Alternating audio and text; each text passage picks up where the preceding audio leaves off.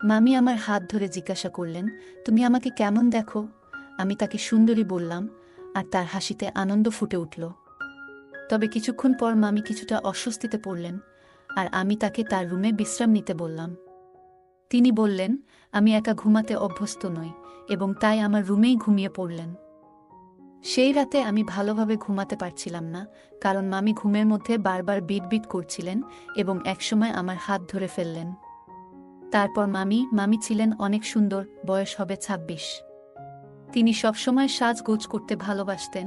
মামিকে প্রথম দেখে আমি তাকে মনে মনে অনেক পছন্দ করতাম, কিন্তু মামি আমাকে একা পেয়ে এমনটা করবে আমি কখনো ভাবতে পারিনি।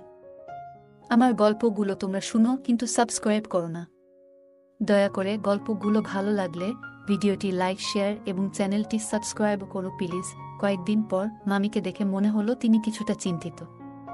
তিনি বললেন, ভাগ্নে, তুমি অনেক বড় হয়েছ। তুমি কি জানো, আমি অনেক বড় রোগে ভুগছি। সবাই বলে, কিন্তু আমি জানি আমি সুস্থ আছি। আমার কথা কেউ বিশ্বাস করে না। তার কথা শুনে আমি তাকে সান্ত্বনা দিলাম। মামা তার বাসায় যাওয়ার জন্য প্রস্তুত হচ্ছিলেন। আমি ভেবেছিলাম মামা আর মামি অন্তত ১-২ দিন আমাদের বাড়িতে থাকবেন, কিন্তু মামা চলে যাওয়ার জন্য তৈরি হচ্ছিলেন। আমরা সবাই মামাকে বিদায় জানাতে গাড়ি পর্যন্ত গেলাম। পরে রাতে বাড়ি ফিরে দেখি মা আর মামি গল্প করছেন। আমি মাকে ডেকে জিজ্ঞাসা করলাম, মামি কেন তার বাড়িতে গেলেন না? মা বললেন, রাহুল, মামির কিছু কাজ ছিল, তাই মামি ১৩ দিন আমাদের বাড়িতে থাকবেন। সে এখানে থেকে কিছু চিকিৎসা নিবে। এটা তোমার জন্য ভালো হবে, কারণ তুমি যেভাবে বন্ধুদের সাথে ব্যস্ত, তাতে তোমার খাওয়া দাওয়ার সমস্যা হতে পারত। এখন মামি সব ব্যবস্থা করবে এবং বাড়ির কাজে সাহায্য করবে। তখন মনে পড়ল, মা মন্দিরে যাওয়ার পরিকল্পনা করেছিলেন, কিন্তু এখন মামি এসে যাওয়ায় মা কয়েকদিনের জন্য বাড়িতেই থাকবেন না। মা তীর্থযাত্রায় যাবে। আমি মাকে আগেই বলেছিলাম, তুমি চিন্তা করো না, দর্শনে যাও, আমি গৃহস্থালির কাজগুলো দেখব। পরদিনই মা তার বন্ধুদের সঙ্গে ১০ দিনের জন্য দর্শনে চলে গেলেন। যাওয়ার আগে মা আমাকে বারবার ফোন করছিলেন যাতে আমি ঠিকমতো খাওয়া দাওয়া করি।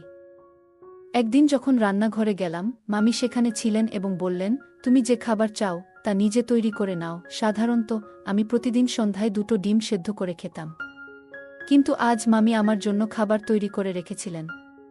তিনি বললেন, আমি বিকেলে তোমার ঘর পরিষ্কার করতে গিয়েছিলাম, তখন তোমার খাবারের তালিকা দেখলাম। আমি খুশি হয়ে বললাম, ওয়াও মামি, তুমি তো খুব স্মার্ট। এরপর আমি মামিকে আলিঙ্গন করলাম, যদিও সেটা খুব সাধারণ একটা মুহূর্ত ছিল। মামি প্রতিদিন আমার খাবারের তালিকা দেখে সময়মতো খাবার তৈরি করতেন।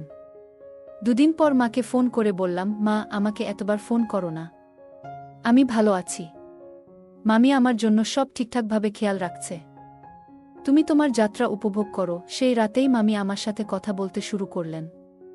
আলাপের মাঝে আমি জানতে চাইলাম তার কি চিকিৎসা চলছে। মামি হাসি দিয়ে বললেন, আমি পরিবারে নতুন অতিথি আনতে চাইছি, এজন্য কিছু প্রস্তুতি নিচ্ছি। আমি মামিকে আর কোনো প্রশ্ন করলাম না। হঠাৎ একদিন মামি একটু ভয় পেয়ে গিয়েছিলেন, কারণ বাইরে ঝড় হচ্ছিল আর বিকট শব্দ হচ্ছিল। আচমকা বিদ্যুতের শব্দে তিনি ভয় পেয়ে আমাকে জড়িয়ে ধরলেন। আমি একটু অবাক হয়েছিলাম, কারণ তিনি সাধারণত এমনভাবে প্রতিক্রিয়া দেখাতেন না। আমি তাকে শান্ত করে বললাম, মামি, ভয়ের কিছু নেই, আমি আছি। যদিও পরিস্থিতি একটু অস্বস্তিকর ছিল, কারণ তিনি আমার মামি। আমি পরিস্থিতি স্বাভাবিক করার চেষ্টা করলাম। তিনি কিছুক্ষণ পরে শান্ত হয়ে গেলেন। আমি তাকে বললাম, আপনি বডি বিল্ডার ভাগ্নেকে নিয়ে চিন্তা করবেন না, আমি এখানে আছি। আমরা দুজনেই হাসলাম এবং আমি তাকে তার রুমে বিশ্রাম নিতে বললাম। সকালে তিনি আমাকে বললেন, তুমি চাইলে আমার রুমে ঘুমাতে পারো, যাতে একা একা ভয় না পাও। কিন্তু আমি তাকে আশ্বস্ত করলাম যে আমি ঠিক আছি।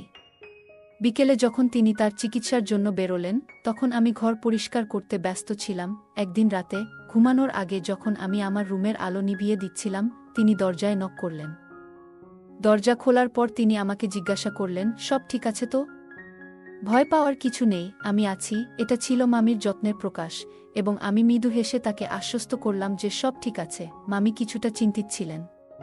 তিনি বললেন, রাহুল, আজ আমি আমার বোনের রুমে একা ঘুমাতে পারবো না। আমার মাথায় অদ্ভুত চিন্তা আসছে। তুমি কি আমার রুমে ঘুমাবে?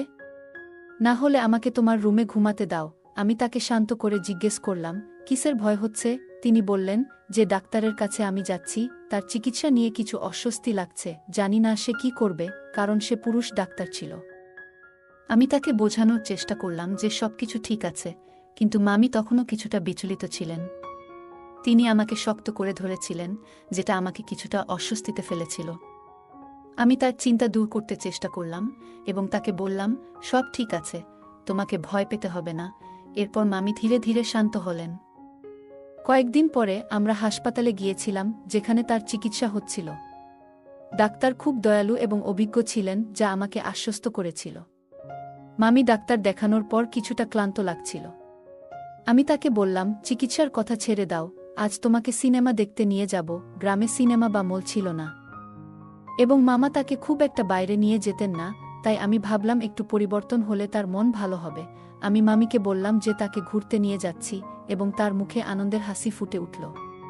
তিনি আমার হাত ধরে কিছুক্ষণের মধ্যেই গাড়িতে ঘুমিয়ে পড়লেন, মাথাটা আমার কাঁধে রেখেছিলেন। মলে আমরা ঘুরে বেড়ালাম, সিনেমা দেখলাম এবং মামি বললেন, আজকের দিনটা আমি ভুলব না। মনে হচ্ছিল যেন আমরা খুব ভালো সময় কাটাচ্ছি, আমি যেন আমার প্রিয় মামির সঙ্গেই আছি। মামির কথাবার্তায় ভালোবাসা আর যত্নের অভিব্যক্তি ছিল, তাই আমি তাকে ধীরে ধীরে কথা বলতে দিলাম। আমরা বাসায় ফিরে এলাম এবং পরে আমি জিমে গিয়ে শরীরচর্চা করলাম। তারপর বাড়ি ফিরে রাতের খাবার খেয়ে স্নান করতে গেলাম। গান শুনে মন ফ্রেশ হয়ে গেল এবং আমি বিশ্রাম নিতে রুমে এলাম। কিছুক্ষণ পর হঠাৎ মনে হলো কেউ আমার রুমে আছে। আমি চোখ খুলে দেখি মামি সেখানে দাঁড়িয়ে আছেন। তিনি মায়ের একটা টি শার্ট পরেছিলেন, যা তাকে অনেক সুন্দর লাগছিল। আমি অবাক হয়ে তাকিয়ে বললাম, মামি, কিছু দরকার ছিল? তিনি বললেন, রাহুল, তুমি প্রতিদিন জিম করে এত কষ্ট করো, তাই শুধু জানতে চাইছিলাম তোমার শরীর কেমন আছে। আমি একটু বিব্রত হলেও হেসে বললাম, আমি ঠিক আছি, মামি। তিনি দুঃখিত হয়ে বললেন, ভুল হয়ে গেলে সরি। তারপর তিনি রুম থেকে বেরিয়ে গেলেন। আমি বুঝতে পারলাম তিনি কেবলমাত্র আমার যত্ন নিচ্ছিলেন, আর তাই পরিস্থিতি সহজভাবে নিলাম। এরপর থেকে মামি আমার শারীরিক যত্নের প্রশংসা করতে থাকলেন। তিনি বললেন, তুমি তোমার শরীরের ভালো যত্ন নিয়েছ। তার কথায় আমি কিছুটা লজ্জা পেয়েছিলাম, তবে বুঝতে পারলাম তিনি স্রেফ আমার ভালো থাকার কথা বলছেন। তিনি মায়ের টি শার্ট পরেছিলেন, যা তাকে অনেক সুন্দর করেছিল। তিনি আমার সামনে এসে বসলেন।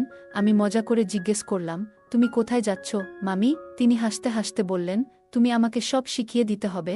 আমি তার কথায় অবাক হয়ে গেলাম। তিনি বললেন, আমি শুনেছি শহরের মহিলারা ঘুমানোর আগে মেকআপ করে। আমি কিছুদিন পর শ্বশুরবাড়ি যাব, তাই একটু চেষ্টা করছি। শ্বশুর বাড়ি গেলে তো এমন সাজগোজ করতে পারবো না, আর এমন পোশাকও পরতে পারবো না। এরপর মামি আমার হাত ধরে জিজ্ঞাসা করলেন, তুমি আমাকে কেমন দেখো? আমি তাকে সুন্দরী বললাম, আর তার হাসিতে আনন্দ ফুটে উঠল। তবে কিছুক্ষণ পর মামি কিছুটা অস্বস্তিতে পড়লেন, আর আমি তাকে তার রুমে বিশ্রাম নিতে বললাম। তিনি বললেন, আমি একা ঘুমাতে অভ্যস্ত নই, এবং তাই আমার রুমেই ঘুমিয়ে পড়লেন। সেই রাতে আমি ভালোভাবে ঘুমাতে পারছিলাম না, কারণ মামি ঘুমের মধ্যে বারবার বিটবিট করছিলেন এবং একসময় আমার হাত ধরে ফেললেন। আমি তাকে আস্তে করে ছেড়ে দিয়ে ঘুম পাড়িয়ে দিলাম। আর পরের দিন সকালে সবকিছু স্বাভাবিক ছিল। রাতে মামি আমার হাত ধরে টেনে নিতে লাগলেন, তখন আমি কিছুটা বিরক্ত হয়ে গেলাম, কারণ ঘুমাতে পারছিলাম না। আমি শান্তভাবে তার হাত সরিয়ে দিয়ে উঠে বিছানাটা মেঝেতে রেখে শুয়ে পড়লাম। তবে সারা রাত ঘুম আসেনি। মনে হচ্ছিল যেন মামিকে তার বাসায় ফিরে যাওয়া উচিত। পরদিন দুপুরে ঘুম থেকে উঠলাম, তখন বাবাকে বাইরে দেখলাম। বাবা আমাকে বললেন, রাহুল, কেবলি উঠলি? আমি কোনো অভিযোগ না করে বললাম, হ্যাঁ, রাতের সিনেমা দেখে দেরি করে ঘুমিয়েছি। তিনি বুঝতে পারলেন এবং নিজের রুমে বিশ্রাম নিতে গেলেন। বাবা বাসায় ছিলেন বলে আমি মাথা নিচু করে দ্রুত খাবার খেয়ে নিলাম। পরের দিন সকালে বাবা নাস্তা করে বললেন যে তিনি মাত্র একদিনের জন্য এসেছেন এবং 4 দিন পর আবার ফিরবেন। এটা শুনে মামির মুখে কিছুটা অস্বস্তি দেখা দিল। মনে হচ্ছিল মামি এতে অনেক খুশি হয়েছিল। আমি দ্রুত সবকিছু গুছিয়ে নিলাম এবং রুমের দিকে যাচ্ছিলাম, তখন হঠাৎ মামির চিৎকার শুনলাম। আমি দৌড়ে গেলাম এবং জানতে পারলাম যে মামি মায়ের রুমের বাথরুমে গোসল করছিলেন। মামি বলছিলেন যে গিজার ফুটো হয়ে গরম জল চারদিকে ছড়িয়ে পড়েছে। আমি তাড়াতাড়ি তাকে সাহায্য করার জন্য বাথরুমে গেলাম। ভেতরে গিয়ে দেখি বাথরুমে কোনো বিপদ নেই এবং গরম জলের সমস্যা মিটে গেছে। সবকিছু ঠিক ছিল, তাই মামিকে আশ্বস্ত করলাম। কিন্তু মামির এই রকম আচরণ আমাকে বারবার ভাবিয়ে তুলছিল। একদিন সন্ধ্যায় আমি হঠাৎ দেখি মামি খুব তাড়াহুড়ো করছে। সে বেখেয়ালে তার পোশাকে কিছু পানি ফেলেছিল। আর তাড়াতাড়ি করে সেটা মুছে ফেলতে চেষ্টা করছিল। আমি যখন ঘরে ঢুকলাম, মামি কিছুটা বিব্রত হয়ে তার গায়ে একটি বড় ওড়না জড়িয়ে নিল। আমাকে দেখে চমকে উঠে বলল, ও মা, তুই আমাকে ভয় পাইয়ে দিলি। আমি হেসে ফেললাম, মামি, তুমি তো এমনভাবে দাঁড়িয়েছ যেন কোনো নাটকের বড় দৃশ্যের জন্য তৈরি হচ্ছ। মামি লজ্জায় একটু হেসে বলল, আজ এত কাজের চাপ, বুঝলি, ভুল করে সবকিছু এলোমেলো করে ফেলেছি। আমি তাকে আশ্বস্ত করলাম, কোনো সমস্যা নেই মামি, এমনটা হতেই পারে। তুমি শুধু ঠান্ডা মাথায় নিজের কাজ শেষ করো। মামি স্বস্তির নিঃশ্বাস ফেলে বলল, ধন্যবাদ রে। সত্যিই আজ একটু অগোছালো দিন যাচ্ছে। আমাকে একটা পরিষ্কার তোয়ালে এনে দিবি? আমি দ্রুত তোয়ালে এনে দিলাম, আর মামি হেসে বলল, তুই না থাকলে আমি কি করতাম? একদিন আমি আমার মামির সাথে বসে কথা বলছিলাম। উনি খুব চিন্তিত ছিলেন, কারণ গত কয়েক বছর ধরে তিনি বেশ কিছু শারীরিক সমস্যার সম্মুখীন হচ্ছিলেন। অনেক চিকিৎসা করিয়েও কোনো সমাধান পাচ্ছিলেন না। মামি দীর্ঘশ্বাস ফেলে বললেন, তুমি জানো রাহুল, গত 2 বছর ধরে আমি চিকিৎসা করাচ্ছি, কিন্তু কোনো উপকার পাচ্ছি না। আমার শাশুড়ি এবং শ্বশুরবাড়ির লোকেরা আমার সমস্যা বুঝতে চাইছে না। তারা মনে করে সব দোষ আমার। আমি চিন্তিতভাবে বললাম, মামি, তুমি এত কষ্ট পাচ্ছ, কিন্তু কেন তারা তোমার কথায় গুরুত্ব দিচ্ছে না? তিনি কাঁদতে কাঁদতে বললেন, তারা মনে করছে আমি কোনোদিন মা হতে পারবো না, কিন্তু বাস্তবতা এমন নয়। চিকিৎসার পরামর্শ অনুযায়ী আমি ঠিক আছি, সমস্যা অন্য কোথাও। আমার স্বামীও এই ব্যাপারে কথা বলতে চায় না, এবং শাশুড়ি চান তার ছেলেকে দ্বিতীয়বার বিয়ে করাতে। দ্বিতীয়বার বিয়ে দিলেও তারা সন্তান হবে না, কারণ সমস্যাটা তোমার মামা, সেটা তারা বুঝতেই চাচ্ছে না। আমি বললাম, মামি, তোমার স্বামী এবং শাশুড়ির উচিত তোমার কথাগুলো শোনা। তুমি তো এমন কোনো দোষ করনি যে তোমাকে এভাবে দোষারোপ করা হবে। তোমার যা চিকিৎসা প্রয়োজন সেটা করতে হবে, এবং সঠিকভাবে বুঝতে হবে সমস্যাটা কোথায়। মামি বললেন, আমি চাইছি না আর কারো সঙ্গে ঝগড়া হোক। আমি শুধু শান্তি চাই।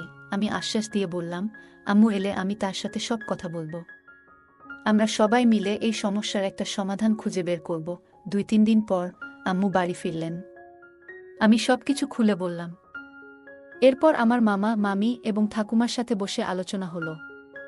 সবাই মিলে বুঝতে পারল যে সমস্যাটা শুধুমাত্র ভুল বোঝাবুঝির জন্য হয়েছে, এবং চিকিৎসার জন্য ঠিক সিদ্ধান্ত নেওয়া হয়নি। 1 মাসের মধ্যে মামার সঠিক চিকিৎসা শুরু হলো, এবং কিছুদিন পরেই সব সমস্যা মিটে গেল। পরের মাসে মামা আর মামি আমাদের সুখবর দিলেন যে তাদের জীবনে নতুন এক অধ্যায় শুরু হতে চলেছে। সবাই খুব খুশি হল, এবং পরিবারের মধ্যে শান্তি ফিরে এলো। বন্ধুরা, মনে রাখতে হবে যে সম্পর্কের ক্ষেত্রে দোষারোপ করার চেয়ে পরস্পরের সমস্যা এবং দুর্বলতাগুলো বুঝে নেওয়া গুরুত্বপূর্ণ। নারীর কোনো ঘাটতি থাকতেই হবে এমন নয়, পুরুষেরও মাঝে মাঝে কিছু সমস্যা হতে পারে। তাই একে অপরকে সঠিকভাবে বোঝার মাধ্যমে চিকিৎসা এবং সহায়তার দিকে মনোযোগ দেওয়াই উচিত। গল্পটা কেমন লাগলো জানাতে ভুলবে না। আরও মজার মজার রোমান্টিক গল্প শুনতে চাইলে ভিডিওটি লাইক, শেয়ার এবং চ্যানেলটি সাবস্ক্রাইব করতে এবং বেল আইকনটি ক্লিক করতে ভুলবে না।